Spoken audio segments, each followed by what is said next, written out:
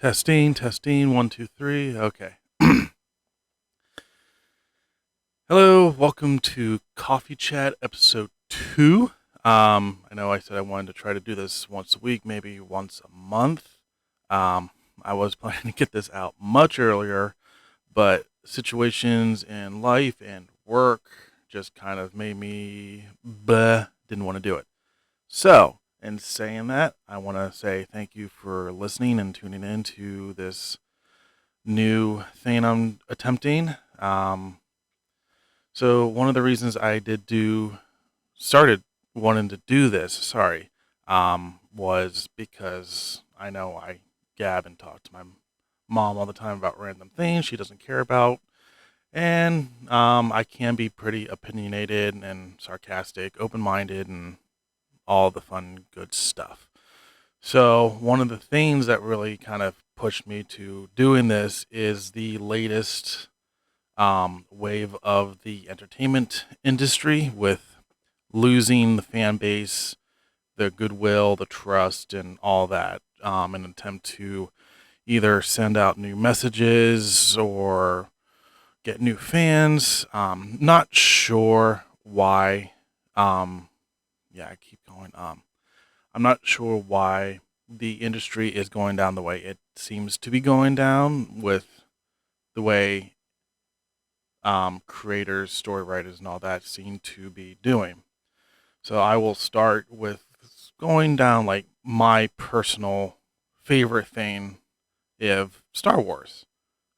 Easy thing. I first saw Star Wars back in, I think, 97, 98, somewhere around there when I first moved to the area I am in now. I actually never seen the unaltered original Star Wars films. I never heard of it until the Return of the Jedi Special Edition on VHS. That's right, VHS. If you don't know what that is, kids, look it up. Anyway, my aunt and uncle and their 2 kids were here visiting, and they happened to have the Star Wars Return of the Jedi. I watched it. I fell in love with it. And since then, I've been a fan. Um, I keep doing, I got to work on that, don't I? Anyway, when Phantom Menace came out, I went to see it in theaters several times. Clone Wars, Attack of the Clones, sorry. Attack of the Clones I saw once in theaters, was less impressed. And then Revenge of the Sith, at the time, personally, was my least favorite. I was a little bit younger, and my mind was kind of like, oh, well, this is going to be dark, this is going to be gritty, and stuff like that. When it wasn't, I was kind of like, no, this isn't what I wanted. But going back, looking at things, obviously it was going to be different. It was going to be the beginning, telling how everything worked out. I personally didn't enjoy the political side of things because that's just how I am. But it's understandable that it had to be included looking back. You can't have just a war break out and not have like the politics or the fake politics in this case being included. So you can't just have, oh, well, the Jedi are going to go fight this war. Well, how did this war start? What was going on behind the scenes? If it was more that there were maybe more Sith other than just the two, I would probably explain it a little bit more. But again, you can't have a war without politics being explained. Now, when The Force Awakens came out, I was excited, as was everyone else. Excuse me. Don't know if that got picked up, but excuse me. So when it came out, super excited. I saw it. I was like, okay, it is kind of like A New Hope. I personally didn't have an issue with that. I thought it was neat. I thought it was cool. At the time, I didn't really think anything of the actors and the actresses as well. To me, it was decent. I was upset they did kill off Harrison Ford's character Han Solo, but at the same time, I thought it was going to be like, okay, that serves a deeper purpose. And later movies proved me wrong, very, very wrong. So yeah, Then came The Last Jedi. My God, that was a terrible, terrible movie. Not just in aspect of a Star Wars movie, but just in a movie as general. I love the visuals, especially the now what's called the Hondo maneuver, where the starship hyperdrived into the First Order's capital ship. That was an amazing scene. That was awesome. The visuals are always top notch for Star Wars, and there's some here and there where it's just like, okay, that kind of looks bad, but you can definitely tell that they really, really used the money they had available. However, it was not a Star Wars film. The whole, oh, we have what was it, 16 hours of fuel left or something like that before we're dead. Fuel has never been an issue. It's been brought up a couple of times, but it's never been the focal point of a movie or show. Like in what was it called? Solo, Star Wars story. That was a thing, but it wasn't the main focus. It was get us this fuel, or you guys are dead, whatever. Here it was literally we run out of gas, we're dying on the highway. That point was dumb. Second point, only 3 capital ships for the Resistance. That was a terrible idea. And I appreciated the fact that Ryan Johnson, I'm not going to say ruined Johnson because the guy still works harder than probably most people right now. Um, Ryan Johnson made the space battles too naval like. There's no gravity in space unless you're close to a star or a planet. You do not need to arc your shots. It's a cool visual, but in the reality of things, you shoot straight. The more engines you have, the faster you're going to go. That's just plain science. It doesn't matter the size of your ship. Unless you're like a small single craft person fighter with 18 engines, you're not going to go slower than a capital ship or faster than a capital ship.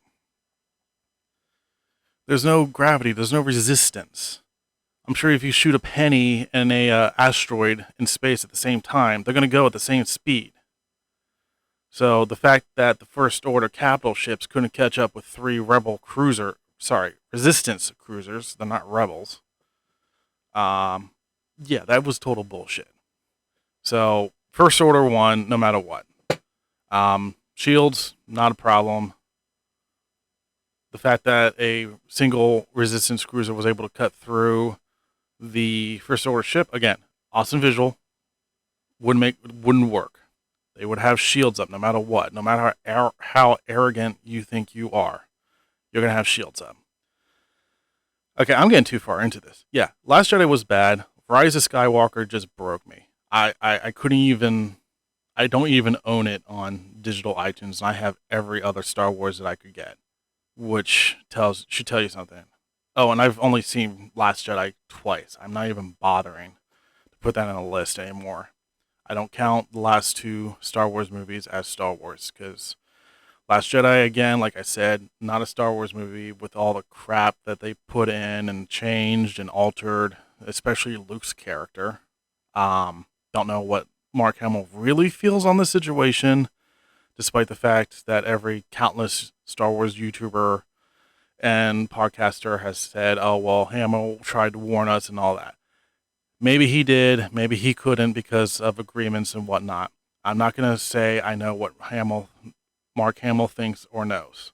So, that being said, I didn't like what they did with Luke's character in the last 2 movies. Ugh. Let's see here. Yeah, future of Star Wars. I don't like where it's going either. I don't like the fact that they keep going back to the Clone Wars stuff. The last season they did with Ahsoka and her arc, that was pretty good. That was pretty decent. It was a good lead in to what was going on.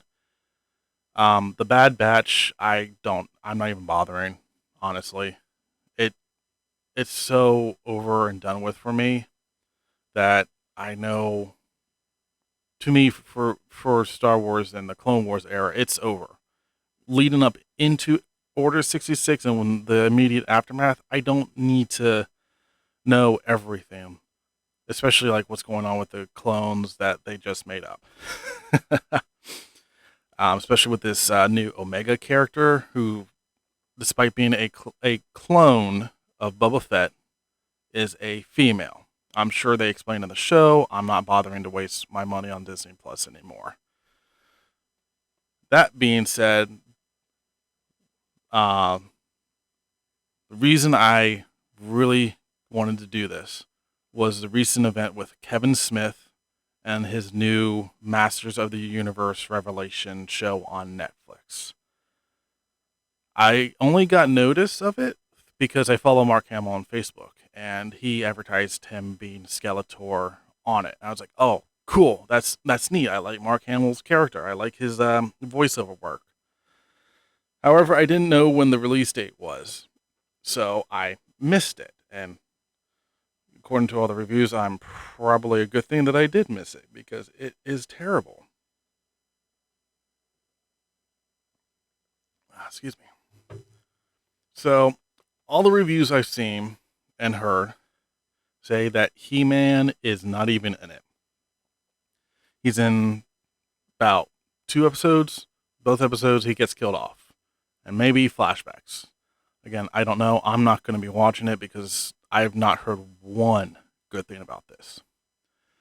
So, that being said, with He-Man not being in it, it's not a He-Man show.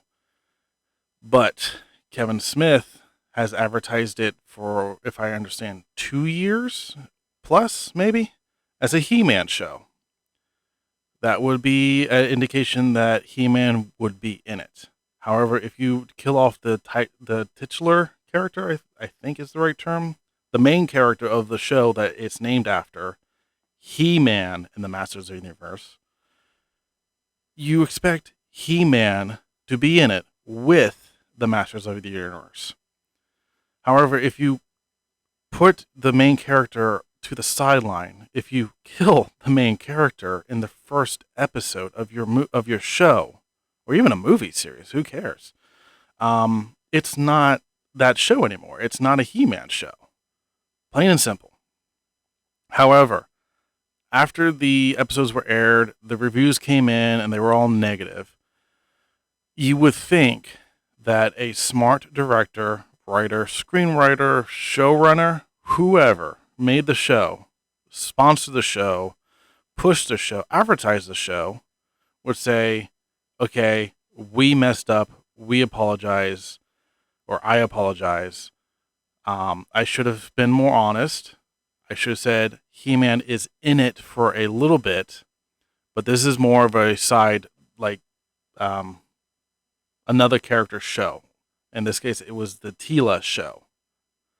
And apparently she was altered as well for everything. But what Kevin Smith did was get a few of his buddy, what was it? The guy who did the voice of Orko in this. They went on a podcast, live podcast, and basically said, screw you. It was my idea. I think it's perfect. He-Man was in it. You guys are lying. I never lied. And he refused to basically say, I'm sorry, I messed up. He said that everything that the reviewers were saying were lies, that he never lied, and that he made this show for the fans, the old school fans, because this was a continuation of the old 80s He-Man show. And obviously, a lot of the newer fans, not new, like brand new fans, like fans from the old 2002 show, probably they went back and watched the 80s show.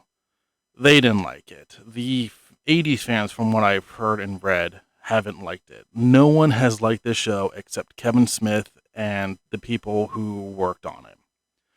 And Kevin Smith said, oh, well, I have the biggest He-Man fans on the planet ever. working on the show. So ha ha, I win, you right. No, I'm right, you wrong, which obviously is bullshit.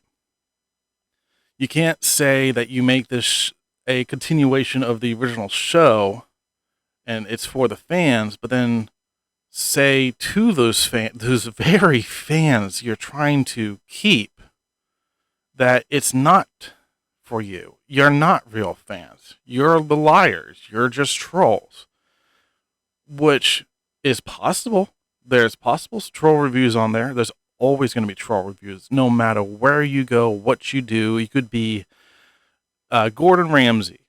You're going to have troll reviews on your videos. It doesn't matter. However, real fans will know what is meant to be, how it's meant to be. And if you deviate too much from the set formula, in this case, the original show that you say you're continuing, you're not going to keep those fans around at all. They're going to say, this is bullshit. It looks good. The animation's great. However, the storyline, the characters, you've ruined everything that we grew up and loved. I'm out. You can't just go, oh, well, you're not real fans then. One, yeah, they are fans. They're going to be fans of the old stuff now. You just push them into seeing the old stuff. You even push the new fans into seeing the old stuff, the original stuff.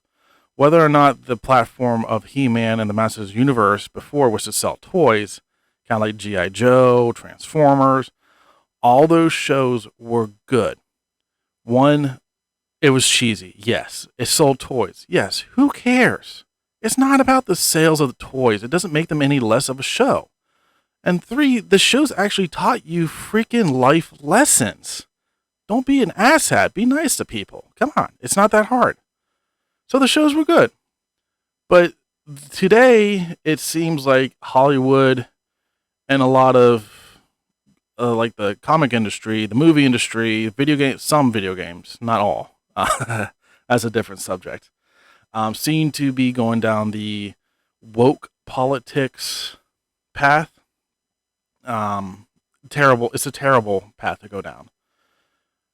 And in the case of Kevin Smith, he probably did go down the path of woke politics, with it being the focus on Tila and her rise to potentially be something more in part 2 of this series. I'm going to wait for reviews on that because I don't even want to. I don't want to go down that path. So, from what I understand, Tila has a female friend who is strongly suggested to be her lesbian lover. Nothing wrong with that. Absolutely nothing wrong with that.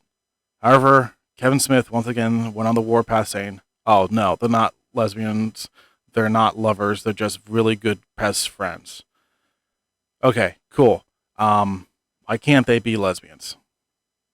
I don't know. But Kevin Smith just seems to keep attacking. And finally, he seemed to have slowed down. He seemed to stop, but he's advertising his third movie, Clerks 3. And to that, I just say, good luck getting people to see that now, Kevin. You've ruined any good faith, goodwill that the fans of yours, in fact, may have had of you back in the day whenever you were considered king of the nerds. That's a bullshit title too, in my opinion, because there's no singular king of the nerds. There's the Council of Nerds. Let's just go with that. So, the fact that he also refuses to see the other side of the argument, saying everyone else is wrong, I'm right, it doesn't help anyone in any way, shape, or form. And going back to what I said earlier about the rogue politics, how it seems to be getting more and more prevalent in everything we see now. It's just a situation where it's movies and TV shows and comics and books seem to. Oh, hold on. Excuse me there. Woke politics just seem to be spreading into everything. Now, woke politics to me, it is bullshit. Oh, I'm gassy now all of a sudden. It is complete bullshit. What it needs to be is, yeah, I would love to see more female centered stories. However, I don't want to see where it's a stick of a woman who's like 50 pounds is able to beat up people 3 times her size when she has had no training. We've seen nothing of her training if she's had any. And we just have to go with what other people say. Oh, well, she's the top of her class. She got A's on everything. She can do whatever any man can do. That doesn't help. That doesn't show us what this character can do. It's just bad writing, bad directing. Just to have a character be summed up in 3 sentences. She's super smart. She's super powerful. She can beat anyone. Why don't you just say she's Superwoman? She's Wonder Woman. She's America's top model or Miss Universe or whatever. Just the fact that we have to be told what a new character is instead of being shown, it doesn't work. I'm not a great storybook writer. I'm pretty sure I've made lots of mistakes on my stories. However, I do write my characters to be showing action instead of just having their friends go, oh, well, Gwen, she's super smart, she's super powerful. No, I have her mom get on her case about getting her homework done, despite Gwen is smarter than most people in her class. She's bored with homework. However, her mom's going to be on her case the entire time. But she's also going to be training with her abilities, which I will get into later. That's a different subject again. Even her mom, like, I do a couple lines where I say she is the head director of her laboratory because I did make her a scientist, but I'm not saying she's the smartest in her field. I'm not saying she's the best in her field. In fact, she got the building because her father is the general. So, my own characters, I don't think are woke. They could be. I don't think they are because the main character in that series is male. But it feels like as long as people are being paid to write these woke stories like Last Jedi, like the Masters of Universe Revelations Part 1 and 2, what else was out recently? Batwoman on the CW. As long as people are being paid to do that, it's very clear that the writers, the directors, the showrunners, the actors don't care because they're getting paid no matter what. We can have like the entire world of fan base saying, we don't want this shit. We don't want woke politics. We don't want a 90-pound woman who's a stick who has 3 sentences to describe her, beating up people who are 3 times her size, and she's able to figure everything out in 2 seconds. We don't want that. They won't care. And it is frustrating. It is just like, okay, I'm getting sick of watching TV. I'm getting sick of all these movies. The last safe havens we seem to have is in Japan with the manga, and anime, and obviously video games. Some video games are getting to the point where it's like that, though. However, because in video games you can build your character, woke politics may not have reached it yet. We might have some censorship, but it doesn't seem to be infiltrating yet. So what does that all have to do with losing fans? Well, the problem is with the comic book industry, the movie industry, the TV industry, all that entertainment industry, you're going to be losing fans on your politics because people use that for escapism. We don't want politics in our escapism. We don't want politics in our movies. We don't want them in the video games. We don't want them in books or anything like that.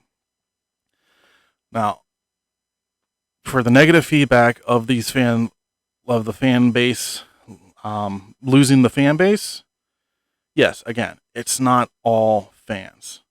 Fans can be very silent, the very silent majority. But then you get those who are very loud. But a lot of them can be trolls as well. And you can pretty much pick out the trolls very easily. You can pick out the fans because they will go into details, extreme details, like Tila and for He-Man. It wouldn't say, oh, well, I don't like Tila because she looks like a dude. They will go into detail saying Tila's personality, Tila's character, even her design is changed. And from there, you can definitely see the fans over the trolls.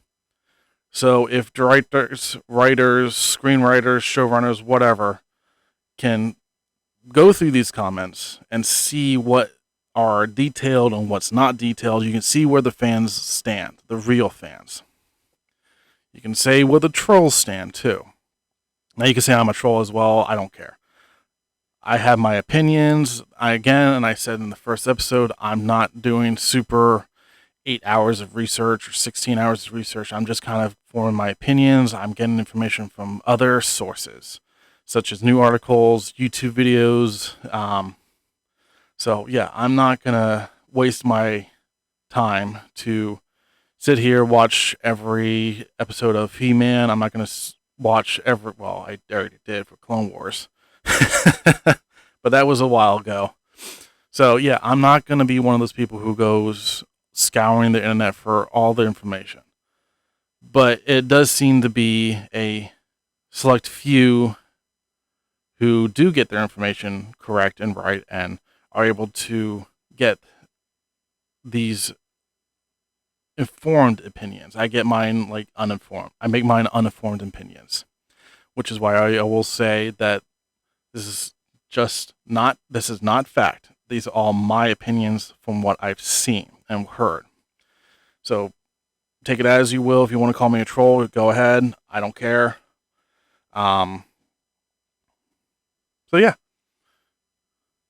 And going back to the trolls and reviews by fans, you also lose fans and the goodwill of fans when you say, oh, well, my show or my movie or my book got review bombed.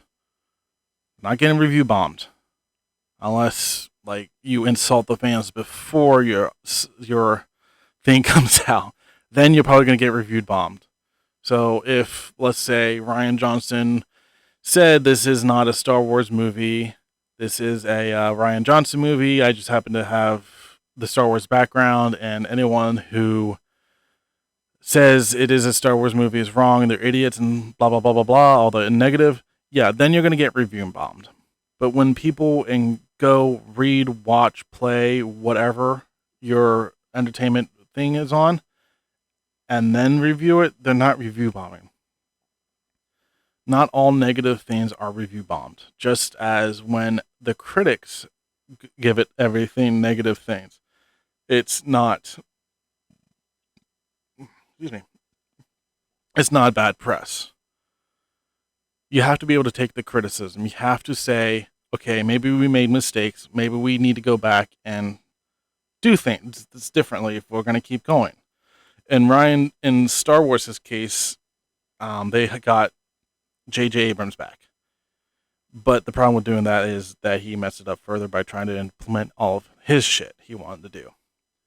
Yeah, that worked out well. So I think in wrapping up, I would say fans are important. But if you're going to be insulting them, insulting their intelligence, saying they're not real fans, I have Twitter, I have Rotten Tomatoes on my side, you're going to lose your fans. You're going to lose the very people you're trying to sell this stuff to. Whether or not they're going to pay their subscription to Netflix or wherever they see the videos, it does not matter. You're going to lose your fans. You're going to lose the people who know more than you.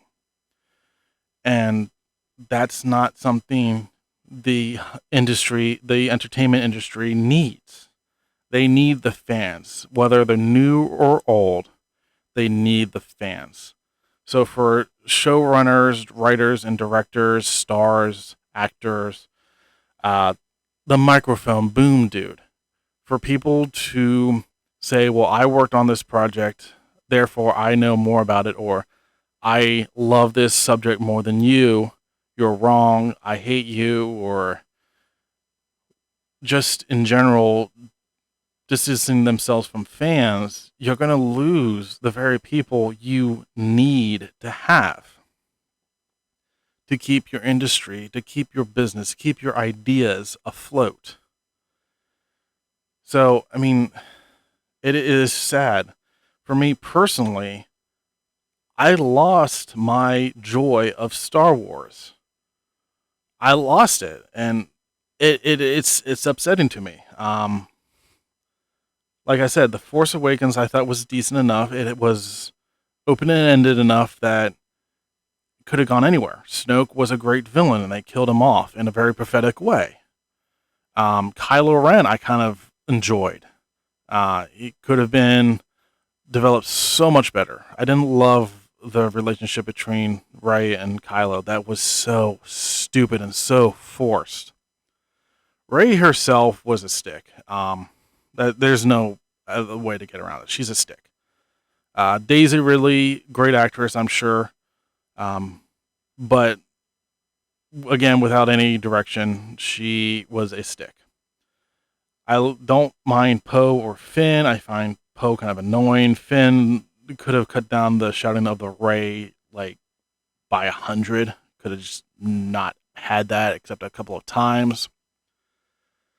And there was just so much information that we didn't get until after the movies come out, which is even worse. So yeah, I can't do any of the new Star Wars stuff. The books aren't enjoyable to me. The woke politics and just about all of them now.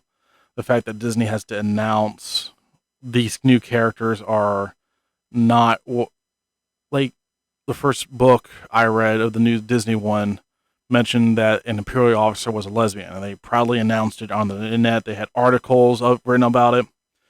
Literally one line. One line.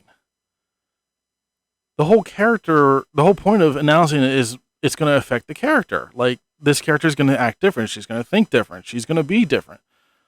Oh, well, the line was something to the effect like, she was married, but her wife got killed 3 years ago by a monorail accident. That was it. You make a big deal about having non-binary Jedi. I think they were just non-binary. I don't remember, but they made announcements that they now have non-binary Jedi. Cool. No problem with that. Why are you bragging about it? There's no need to brag about it. So, yeah, I think I'm getting off topic now. I could do a whole Star Wars episode. But woke politics, that's how you're going to lose your fans. Telling your fans that they're wrong, that they don't know anything, that they're fake fans. That's the best way to lose your fan base and the goodwills of your fans. So I will leave it there. Again, I'm not acknowledging these are my opinions, not facts. So yeah, thank you for listening to my rambling. Sorry about the ums and yas and so's. I'm definitely going to be working on that. I'm trying to keep that down. I will work on it. I promise. Hopefully I can do this a little bit more. Life will not be as aggravating, which is a bullshit lie, of course. that's just how life is. So yeah, I will work